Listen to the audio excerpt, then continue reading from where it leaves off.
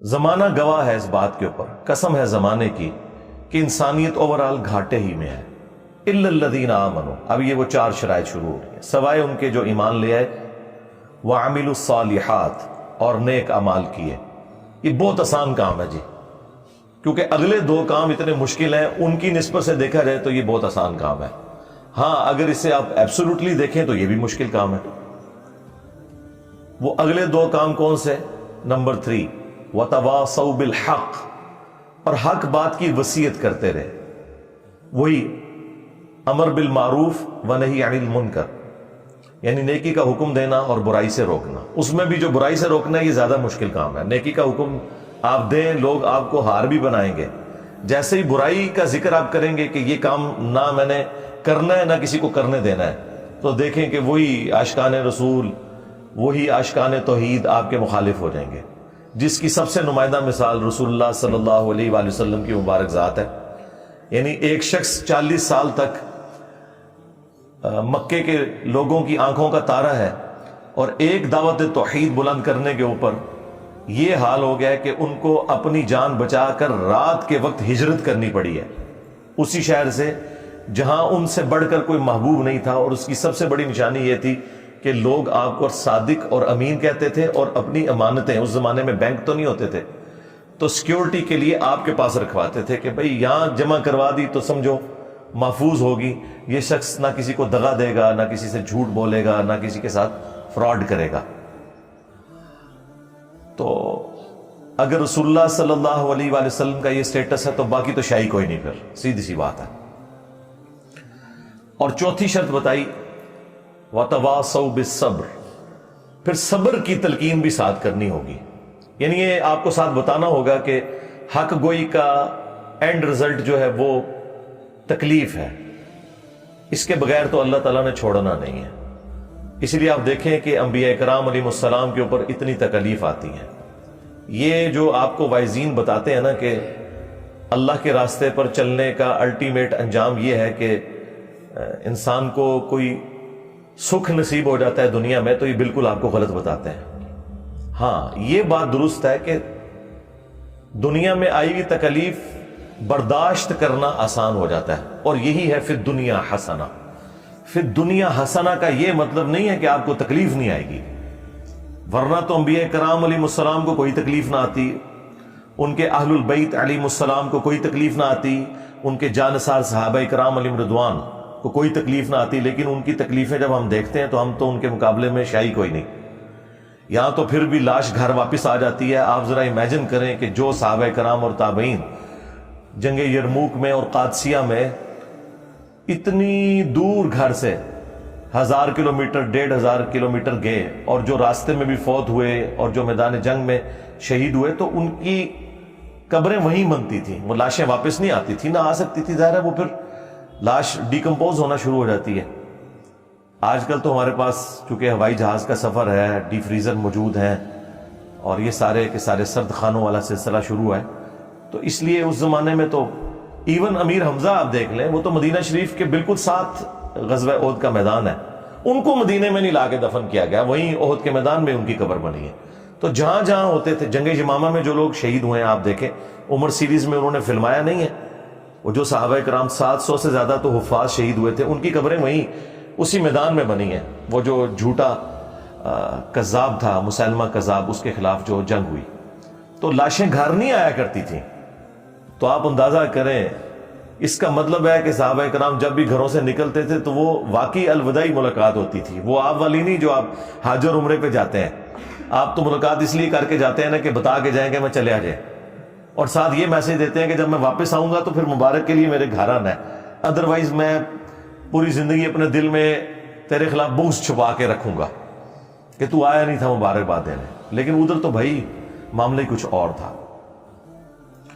تو یہ ختم نبوت صلی اللہ علیہ وآلہ وسلم کی برکت سے یہ جو کام شفٹ ہوا ہے، وَتَوَاصَوْا بِالْحَقِّ اور وَتَوَاصَوْا بِالصَّبْرِ، یا امر بالمعروف ونہی عن المنکر، یہ بہت مشکل کام ہے، یہ نبیوں والا کام ہے، لیکن اس کائنات کا سب سے بڑا انعام وہ ہے انبیاء کرام کا جنت میں پڑوس۔ جو انسان خود حاصل کر سکتا ہے محنت سے. اس سے بڑا بھی ایک انعام ہے لیکن وہ انسان محنت سے حاصل نہیں کر سکتا. وہ یہ ہے کہ انسان کو اللہ تعالیٰ پیغمبر بنا دے. یہ وہبی ہے, یہ کسبی نہیں ہے, یعنی اللہ کے عطا کرنے پر ہے. اس کے علاوہ جتنے بھی مراتب ہیں وہ محنت سے حاصل ہو سکتے ہیں. آپ دیکھیں, اگر صحابہ اور اہل بیت رضی اللہ عنہم اجمعین وعلیہم السلام اجمعین کو یہ اللہ تعالیٰ نے خصوصیت دی ہے کہ انہوں نے نبی الاسلام کا قرب پایا اور وہ امت میں بہترین لوگ ٹھہرے, لیکن جنت میں انہیں بھی رسول اللہ کا پڑوس ملنا ہے اور آپ بھی حاصل کر سکتے ہیں.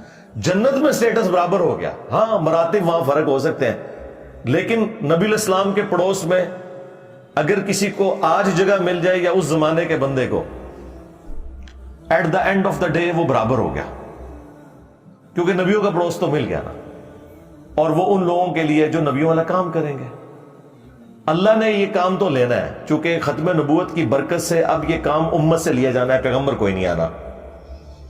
تو اب یہ امت کی خوش قسمتی ہے کہ کون کون اپنے آپ کو بھرتی کروا لیتا ہے اس کام کے لیے. آواز تو اللہ کی طرف سے لگی ہوئی ہے کہ جس نے بھرتی ہونا ہے ہو جائے, نبیوں والا کام کرے اور جنت میں اپنے پیغمبر کے ساتھ پڑوس حاصل کر لے صلی اللہ علیہ وآلہ وسلم. اللہم اجعلنا منہم مع النبیین والصدیقین والشہداء والصالحین آمین. اب خوش قسمتی اس کی ہے جو اپنے آپ کو اس کام کے لیے اللہ کے حضور پیش کر دے, یہ اس کی خوش قسمتی ہے. لیکن کام بڑا مشکل ہے, سیدھی سی بات ہے. اگر یہ کام مشکل ہے تو اب جو لوگ یہ کام کر کے آپ کو آسانی میں نظر آ رہے ہیں نا, تو سمجھ لیں کہ یہ وہ کام نہیں کر رہے. ہاں, چاہے وہ کسی مذہبی جماعت کا کوئی لیڈر ہے یا کسی پولیٹیکل جماعت کا لیڈر ہے, اگر وہ عیاشی کی زندگی, سکون کی زندگی گزار رہا ہے تو آپ سمجھ لیں کہ وہ یہ والا کام نہیں کر رہا. بظاہر آپ کو لگ رہا ہے کہ یہ والا کام کر رہا ہے, لیکن وہ یہ والا کام نہیں کر رہا, کیونکہ اس کام کے ساتھ وہ ساری تکلیف جڑی ہوئی ہے. اگر وہ ان تکلیف سے نہیں گزر رہا اور دین کا کام کرنے سے اس نے اپنا دنیاوی سٹیٹس اتنا بلند کر لیا ہے کہ پہلے اس کے پاس ایک سائیکل بھی نہیں تھی اور آج اس کے پاس پراڈوز آ گئی ہوئی ہیں, لینڈ لوورز آ گئی ہوئی ہیں, اور پتہ نہیں کہڑی کہ گڑیاں نے منوس قسم دی ہیں, منتا نام نہیں ہونا دے تھوڑے کو سنتا رہنا. تو اگر یہ گاڑیاں آ گئی ہیں اس کے پاس اور اس کا سورس آف انکم کوئی بھی نہیں ہے سوائے اس کے کہ وہ دین سے کھا رہا ہے, تو آپ سمجھ لیں کہ وہ نبیوں والے طریقے پہ نہیں ہے.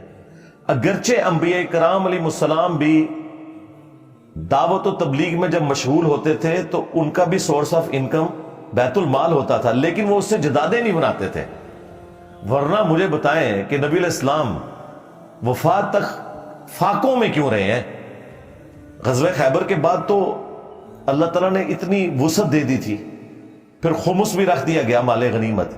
لیکن بخاری مسلم اٹھائیں, ہماری ماں سیدہ عائشہ سلام اللہ علیہا کہتی ہیں کہ نبی علیہ السلام کی وفات تک ہماری یہ حالت تھی کہ بعض اوقات 1 مہینہ, بعض اوقات 2, بعض اوقات 3 مہینے, یعنی ہم چاند ان کا نکلتے ہوئے دیکھتے تھے اور ہمارے گھر میں چولہا نہیں جلتا تھا, پکانے کے لیے کوئی چیز نہیں ہوتی تھی, 2 کالی چیزوں پہ کھجور اور پانی کے اوپر گزارا ہوتا تھا. اور وہ بھی یہ نہ سمجھیں کہ کوئی ٹنوں ٹن کھجوریں ہوتی تھیں یا میٹھا پانی. اس زمانے میں تو بڑا مشکل کام تھا, کئی کلومیٹر سے بھر کے لانا پڑتا تھا, یہ بورنگ والا سسٹم تو نہیں تھا. تو 2 کھجوریں صبح 2 شام کے وقت, اور وہ بھی کبھی نہیں ملتی تھی. آپ اندازہ کریں اس طرح کی جو صورتحال ہے. ہم اپنی زندگی کو دیکھیں اور رسول اللہ صلی اللہ علیہ وآلہ وسلم کی مبارک زندگی کو دیکھیں تو آپ کو زمین و آسمان کا فرق نظر آئے گا اس حوالے سے. تو آج اگر کسی نے دینی سٹیٹس سے اتنا کچھ حاصل کر لیا ہے تو آپ سمجھ لیں کہ اس نے دین کو سورس آف انکم بنایا ہوا ہے, جس سے اپنی جائیدادیں بنا لی ہیں. اور انبیاء کرام کے بارے میں آپ سورۃ الاعراف میں تفصیل کے ساتھ ہر پیغمبر کا جب ذکر آیا نا, تو اس نے اپنی امت کو ایک ہی درس دیا ہے, لا اسألکم علیہ اجرا, اس دعوت و تبلیغ کے بدلے میں میں تم سے کوئی اجر نہیں مانگتا, میرا اجر میرے رب کے حضور پکا ہے. یعنی وہ یہ نہیں کہتے تھے کہ آپ ہمیں اس کے بدلے کچھ دیں، نہیں، وہ کہتے تھے ہمارے رب کے حضور اجر پکا ہو گیا۔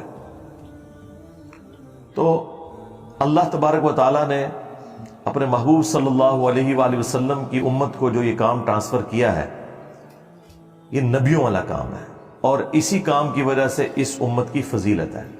آپ اکثر یہ سنتے ہیں نا کہ جی امت محمدیہ صلی اللہ علیہ وآلہ وسلم بڑی فضیلت والی امت ہے، تو اس کو وہ رسول اللہ کی مبارک ذات کے ساتھ ریلیٹ کرتے ہیں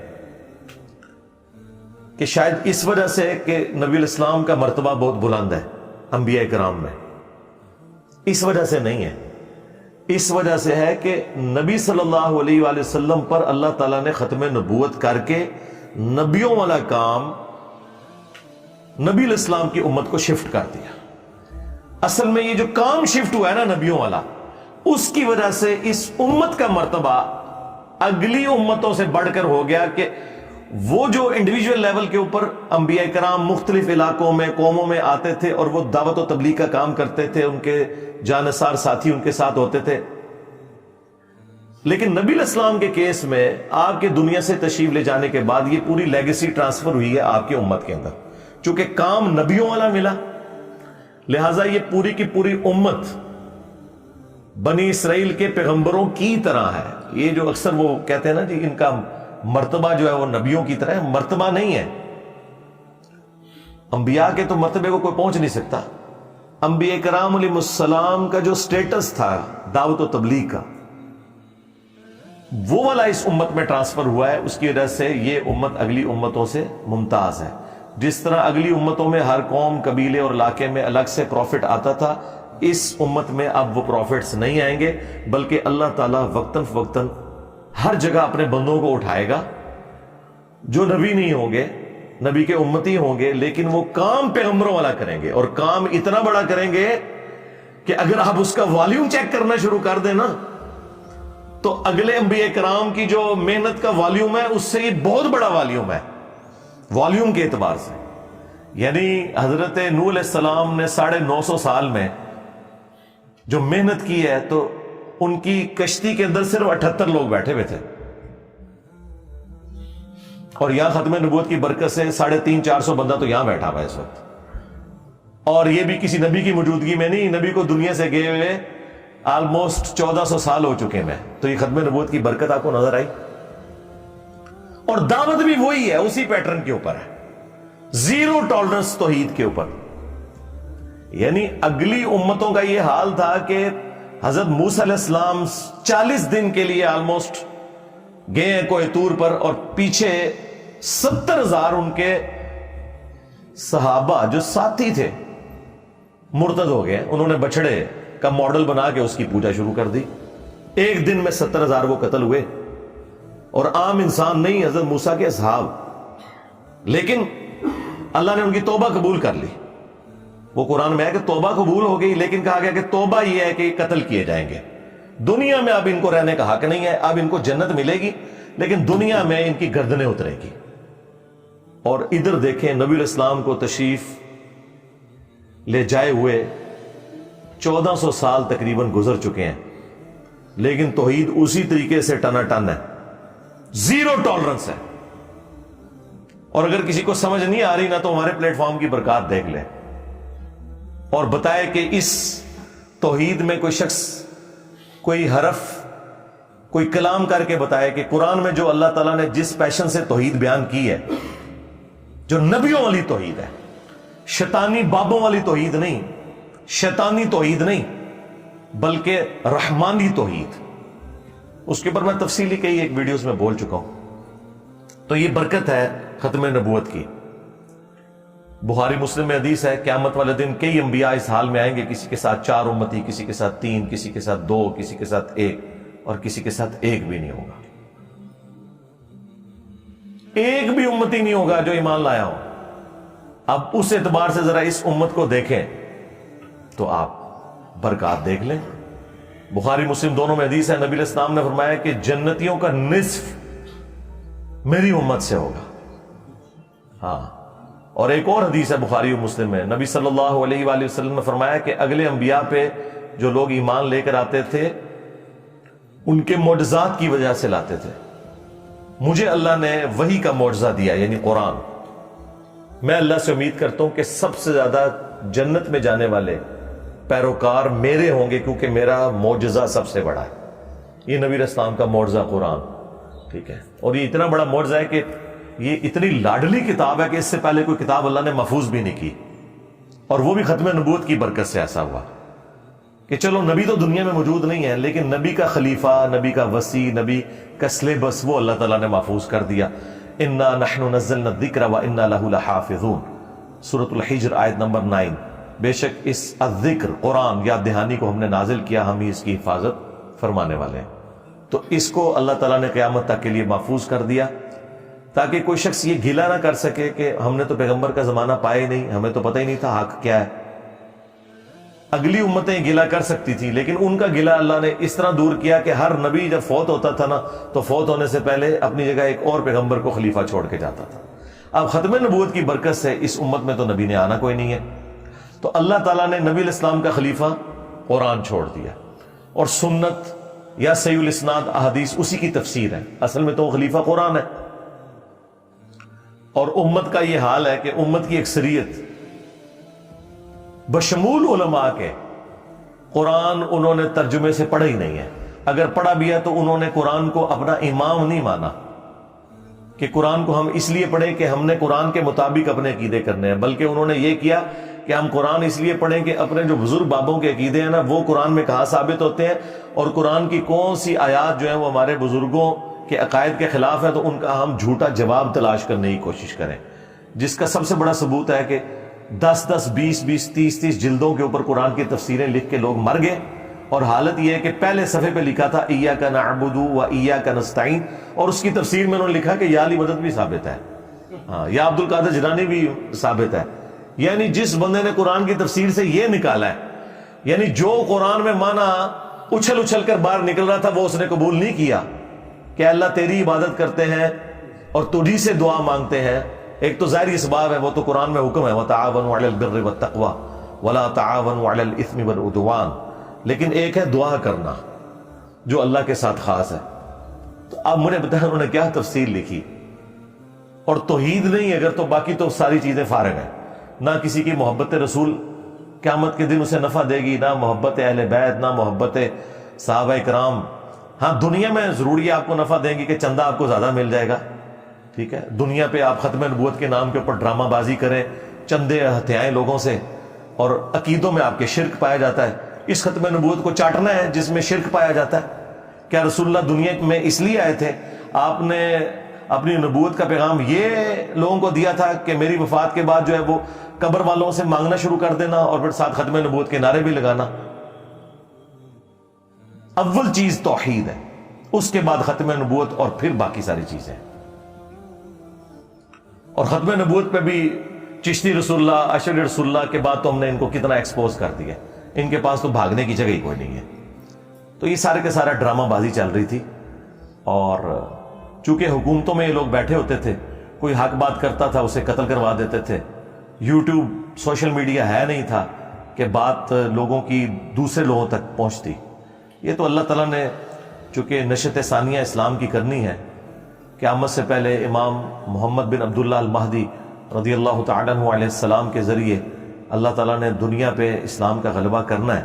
اس کے لیے پھر اللہ تعالیٰ نے راہ ہموار کی, اور آج سے چند سال پہلے تک تو کوئی سوچ بھی نہیں سکتا تھا کہ اتنے بڑے لیول کے اوپر ریولوشن آئے گی سوشل میڈیا کی برکت سے, کہ ایک چھوٹے سے پلیٹ فارم کی آواز پوری دنیا کے اندر پہنچ جائے گی.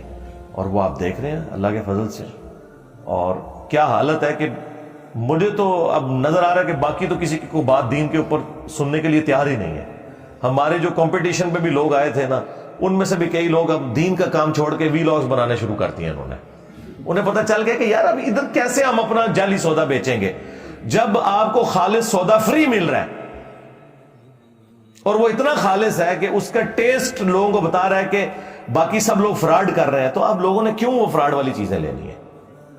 تو جو 2-4 لوگ بچ گئے ہیں مجھے گالیاں نکالنے والے, انہیں بھی میں مشورہ دوں گا کہ آپ جو ہے نا, آپ بھی کیلے صحیح طریقے سے رکھنے کا طریقہ, ہاں کھیرا کاٹنے کا مدنی طریقہ، یہ چیزیں لوگوں کو سکھایا کریں، دین کا کام چھوڑ دیں یار، آپ لوگوں کا یہ کام ہی نہیں۔ کیوں؟ ہمارے اس پلیٹ فارم کی برکت سے نہ صرف لوگوں میں یہ اویئرنس آئی ہے کہ سچائی وہ ہے جو یہاں سے بیان ہو رہی ہے، اس سے بڑھ کر یہ کہ لوگوں میں یہ اویئرنس آئی ہے کہ باقی جو کچھ بیان کر رہے ہیں نا وہ فراڈ ہی کر رہے ہیں۔ میرا یہ دعویٰ ہے کہ اس پلیٹ فارم کی برکت سے اب یہ حالت ہے کہ لوگ اگر قرآن و سنت بھی بیان کریں گے نا ہمارے مقابلے پر آ کے، تو آڈینس نہیں ماننے کے لیے تیار ہوگی، وہ کہے گی کہ یہ جھوٹ ہی بول رہے ہیں، کوئی اس طرح کی آیت نہیں ہوگی، جب تک کہ وہ خود دیکھ نہ لیں۔ کیونکہ ظاہر ہے جب انہوں نے آیات پڑھی ایاک نعبد و ایاک نستعین اور اس سے یا علی مدد ثابت کیا، آیت پڑھی واستعینوا بالصبر والصلاۃ، نماز اور صبر کے ذریعے اللہ کی مدد چاہو، اور اس میں سے یہ نہیں انہوں نے بتایا کسی نے آپ کو کہ آپ نے نماز پڑھ کے اللہ کی طرف متوجہ ہونا ہے، صبر کی روش اختیار کرنی ہے تو اللہ کی مدد ساتھ آئے گی، کیونکہ ساتھ ہی لکھا تھا ان اللہ مع الصابرین۔ صبر اور نماز کے ذریعے اللہ کی مدد چاہو، بے شک اللہ صبر کرنے والوں کے ساتھ ہے۔ جو اللہ کہہ رہا تھا وہ نہیں انہوں نے بیان کیا، انہوں نے بس یہ ٹکڑا لیا وَاسْتَعِينُوا بِالصَّبْرِ وَالصَّلَاةِ اور کہا دیکھو اس سے ثابت ہوا کہ اللہ کے علاوہ بھی کسی سے مدد مانگی جا سکتی، اور اللہ نہ ذا تہاڈی سوچ اتے۔ قرآن کی تعریف کرنے والے لوگوں، غداروں، عزتیں اویل کی ہیں تم نے رسول اللہ کے نام کے اوپر، سواریاں سوار کی تم نے مکے اور مدینے کی آوازیں لگا کر، اور پھینکی جا کے اجمیر میں، بغداد میں اور دیوبند اور بریلی کے اندر غداری کی ہے تم لوگوں نے اپنے نبی کے ساتھ۔ غدار ہو تم اپنے پیغمبر کے صلی اللہ علیہ وآلہ وسلم۔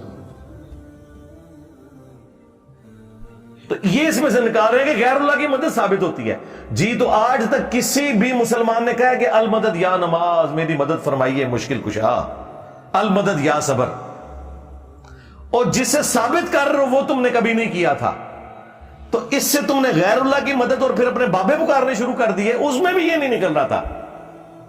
وہ ساتھ ہی اللہ نے کہہ دیا ان اللہ مع الصابرین، اللہ صبر کرنے والوں کے ساتھ ہے۔ جو نماز اور صبر کی روش اختیار کرے گا اللہ کی مدد اس کے لیے آئے گی۔ اس میں سے غیر اللہ کی مدد کہاں سے ثابت ہو گئی؟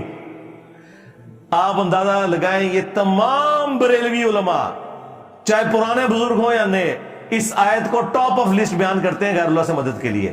تمام شیعہ علماء جو توحید کا جنازہ نکالنے کی کوشش کرتے ہیں، ان کو میں نکال رہا ہوں، جو موحد ہے، جو توحید کا جنازہ نکالنے والے لوگ ہیں، وہ اس کو پہلے نمبر پہ پیش کرتے ہیں۔ اس سے ان کے علمی لیول کا آپ اندازہ لگا لیں گے انہوں نے اور آپ کو دین کا کیا سکھانا ہے۔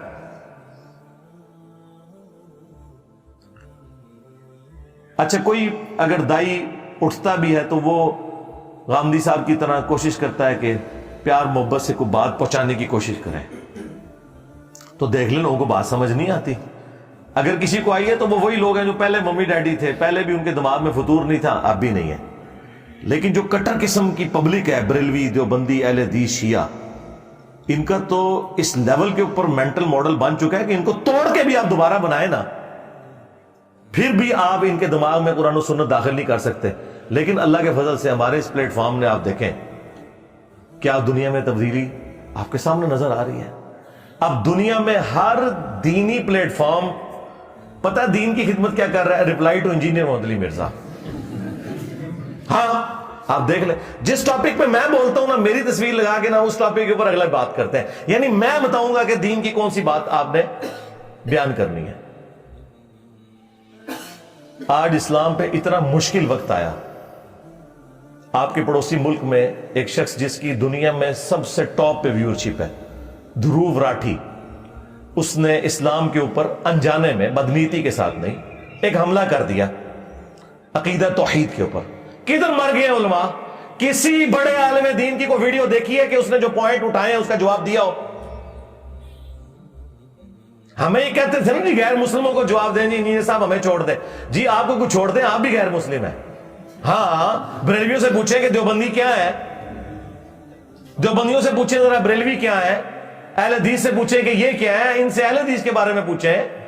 نہ یقین ہے تو المحنت علی المفند پڑھ لیں، حسام الارمین پڑھ لیں، احکام شریعت پڑھ لیں۔ تو ہم غیر مسلموں کے بارے میں ہی کام کر رہے ہیں۔ ہمارے نزدیک تو آپ مسلمان ہیں، لیکن آپ چونکہ ایک دوسرے کو غیر مسلم کہتے ہیں، لہٰذا ہم آلریڈی غیر مسلموں کے بارے میں ہی کر رہے تھے۔ ہاں اب وہ غیر مسلم جو ادر دین اسلام والے غیر مسلم ہے، انہوں نے جب اسلام پہ حملہ کیا تو یہ کدھر مرے پڑے ہوئے ہیں؟ کسی نے کوئی پوائنٹ ٹو پوائنٹ اس کا جواب دیا؟ اور سرکار ان کی کمپیٹنسی نہیں، انہوں نے قرآن پڑھا ہو تو جواب دینا، انہوں نے سنت پڑھی ہو تو ایک ایک پوائنٹ کا جواب دینا۔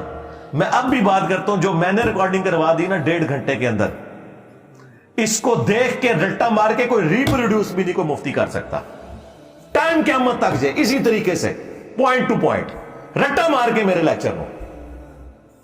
توفیق بھی اٹھ گئی ہے۔